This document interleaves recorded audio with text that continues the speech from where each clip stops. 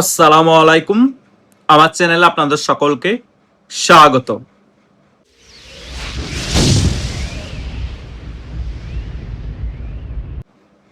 খাস বাংলায় একটি কথা আছে, নতুন নতুন বাল গজাইলে নাকি তরুণ পোলাপাইন উল্টা উল্টাই দেখে। 5 আগস্টের পরবর্তী সময় বাংলাদেশের মধ্যে এইরকম নতুন নতুন অনেকের বাল গজানো শুরু হয়ে গিয়েছিল। তারা মনে করেছে সারা বাংলাদেশ এখন আমাদের, আমরা যাই বলবো তাই বাংলাদেশে হবে, যা কিছু করতে চাইবো সকল কিছুই বাংলাদেশে করতে পারবো। সেটাই তারা আওয়ামী লীগ সরকারের পতনের পর 5 আগস্টের পরবর্তী সময় ধরে করে গিয়েছে। এমন কোনো কাজ নাই বাংলাদেশে তারা করে নাই। ধানমন্ডি 32 তারা ভেঙেছে, তারা মুক্তিযোদ্ধাদের অপমান করেছে, আওয়ামী লীগের নিরীহ কর্মীদেরকে নির্বিচারে গুম হত্যা তারা করেছে এবং নিরীহ কর্মীদেরকে মিথ্যা হত্যা মামলা দিয়ে জেলে প্রেরণ করেছে এবং বাংলাদেশের মানুষের মাথার উপর লবণ রেখে তারা হাজার হাজার কোটি টাকা বিদেশে পাচার করেছে। এই সকল টোকাই সমন্বয়কদের মধ্যে এবং এখন বর্তমান এনসিপির মধ্যে উল্লেখযোগ্য দুইজন তখন বেশি হুঙ্কার দিত এবং গালবাজি করত। তার মধ্যে 1 নম্বরে ছিল হাবাদুল্লাহ ওরফে মলম হাসনাত, দ্বিতীয় ছিল সার্ভিস আলম, যে সবসময় আওয়ামী লীগ যখন ক্ষমতায় ছিল সে সার্ভিস দেওয়ার জন্য প্রস্তুত থাকত। তাদের তখন বাঘের গর্জন শুরু হয়ে গিয়েছে 5 আগস্টের পরবর্তী সময়। তারা গুপ্ত থেকে সুপ্তে পরিণত হয়েছে। এখন কিন্তু এই টোকাই হাবাদুল্লাহ মলম হাসনাত বলেন এবং এই সার্ভিস আলম বলেন, এই কয়েক মাসে তাদের কোনো গর্জন শোনা যাচ্ছে না। হঠাৎ কেন এমন হলো? তারা হঠাৎ বাঘ থেকে বিড়াল কেন হয়ে গেল? এর পিছে অনেকগুলো কারণ আছে। প্রথম কারণ হচ্ছে শেখ হাসিনা বাংলাদেশে ফিরে আসার ঘোষণা দিয়েছে ডিসেম্বর মাসে। এখন অনেকেই আপনারা বলতে পারেন এর আগেও তো অনেকবার ঘোষণা দিয়েছে, কই তখন তো আসেনি ভাই। তখন আসেনি বিদায়, আর তখন আসার সম্ভাবনা কম ছিল বিদায়। তখনও কিন্তু এই মলম হাসনাত বলেন, সার্ভিস আলম বলেন, ডারবিন আসিদ বলেন, পেটলা নাহিদ বলেন, এদের মতো টোকাইগুলো তখনও বাঘের গর্জন দিয়ে গিয়েছে, তারা বিড়াল হয়নি। এখন শেখ হাসিনা ডিসেম্বরে বাংলাদেশে ফিরে আসবে বলেছে 100%। এই সকল টোকাই সমন্বয়করাও বুঝতে পেরেছে যে শেখ হাসিনা সত্যি সত্যি আসবে। জামাত বলেন, বিএনপি বলেন, তারাও বুঝতে পেরেছে। বিএনপি জামাত রাজনৈতিক দলের শীর্ষ পর্যায়ের নেতাদের যেমন হাঁটু কাঁপাকাঁপি শুরু হয়ে গিয়েছে, এই সকল জামাতের বি টিম, এই টোকাই সমন্বয়ক মলম হাসনাত, সার্ভিস আলম, ডারবিন আসির এবং পেটলা নাহিদ, আরো যারা যারা আছে সকলেরই হাঁটু কাঁপাকাঁপি শুরু হয়ে গিয়েছে। সকলের এখন আর বাঘের গর্জন নাই, এখন তারা বিড়ালের মতো মিউ মিউ করছে।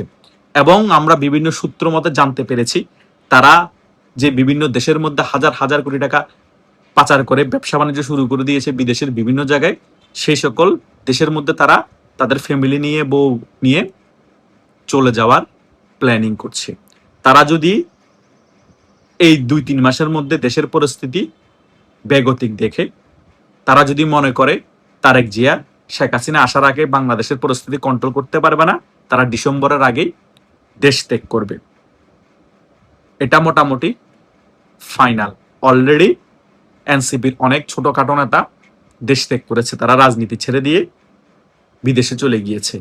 তারা বুঝতে পেরেছে যে আমরা এনসিপির সক্রিয় কর্মী যদি নাও হই, এনসিপি করার দায়ে যদি শেখ হাসিনা ফিরে আসে, বাংলাদেশের জনগণ তো আমাদেরকে ল্যাংটা করে পিড়াবে টাইম নিয়ে, আর আওয়ামী লীগের নেতা কর্মীরা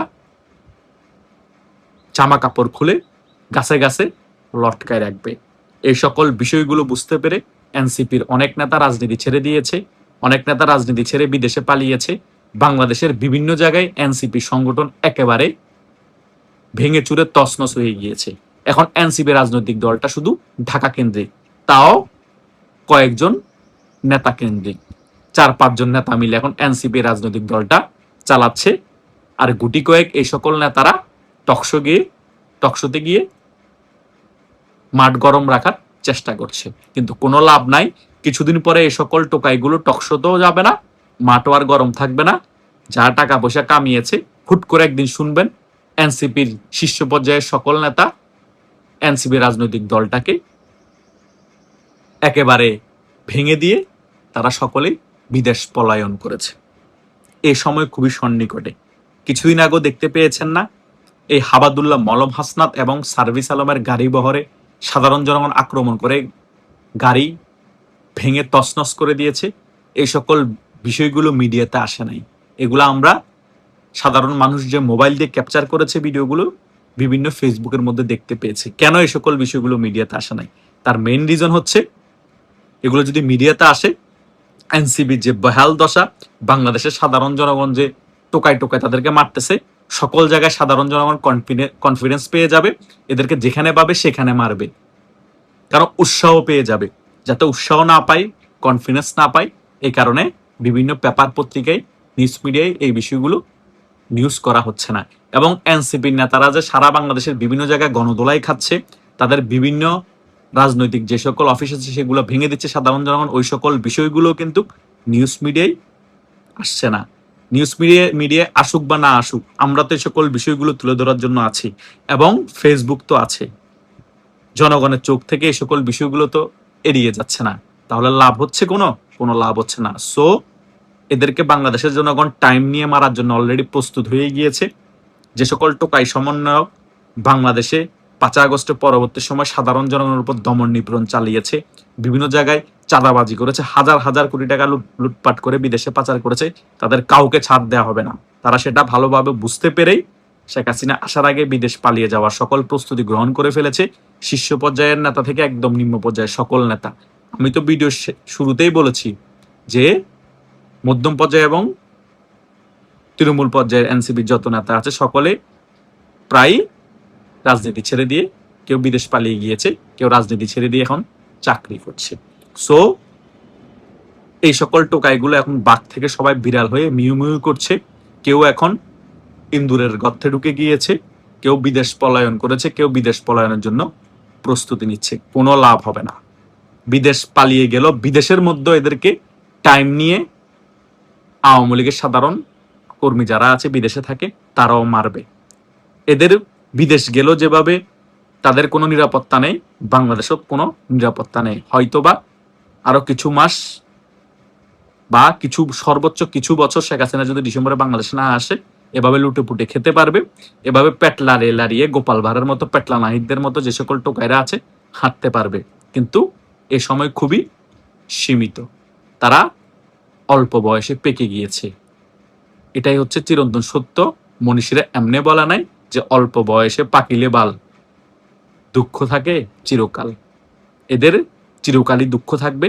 বাংলাদেশে যদি আওয়ামী লীগের রাজনীতি আবার ফিরে আসে, তারা দেশে থাকলেও দুঃখ থাকবে, তাদের 14 গোষ্ঠীরই দুঃখ থাকবে, বিদেশ পালিয়ে গেলেও তাদের দুঃখ থাকবে, বিদেশ পালিয়ে গেলেও তাদের কোনো 14 গোষ্ঠী পাইলে তাদেরও দুঃখ থাকবে। মির্জাফরের বংশধরের মতো, যেমন মির্জাফরি করার কারণে তার বংশধররাও অভিশপ্ত হিসেবে মানুষ মনে করে, তেমনি করে এই সকল টোকাই সমন্বয়ক এবং এনসিপির যে সকল নেতারা আছে তারা যেরকম অভিশপ্ত এখন বাংলাদেশের মধ্যে মুক্তিযোদ্ধাদের কাছে এবং মুক্তিযুদ্ধের পক্ষে শক্তির কাছে, এদের 14 গোষ্ঠীও তেমন অভিশপ্ত হিসাবে বাংলাদেশে থাকবে। এটাই হচ্ছে বাস্তবতা, আপনারা কেউ মানেন আর না মানেন। আশা করছি এই ভিডিওর আলোচনা আমি যে সকল বিষয়গুলো আপনাদের মাঝে তুলে ধরার চেষ্টা করেছি, যারা প্রথম থেকে শেষ পর্যন্ত আমার এই ভিডিওটি দেখেছেন তারা মোটামুটি সকল বিষয় একেবারে ক্লিয়ার হয়ে গিয়েছে। ধন্যবাদ সকলকে।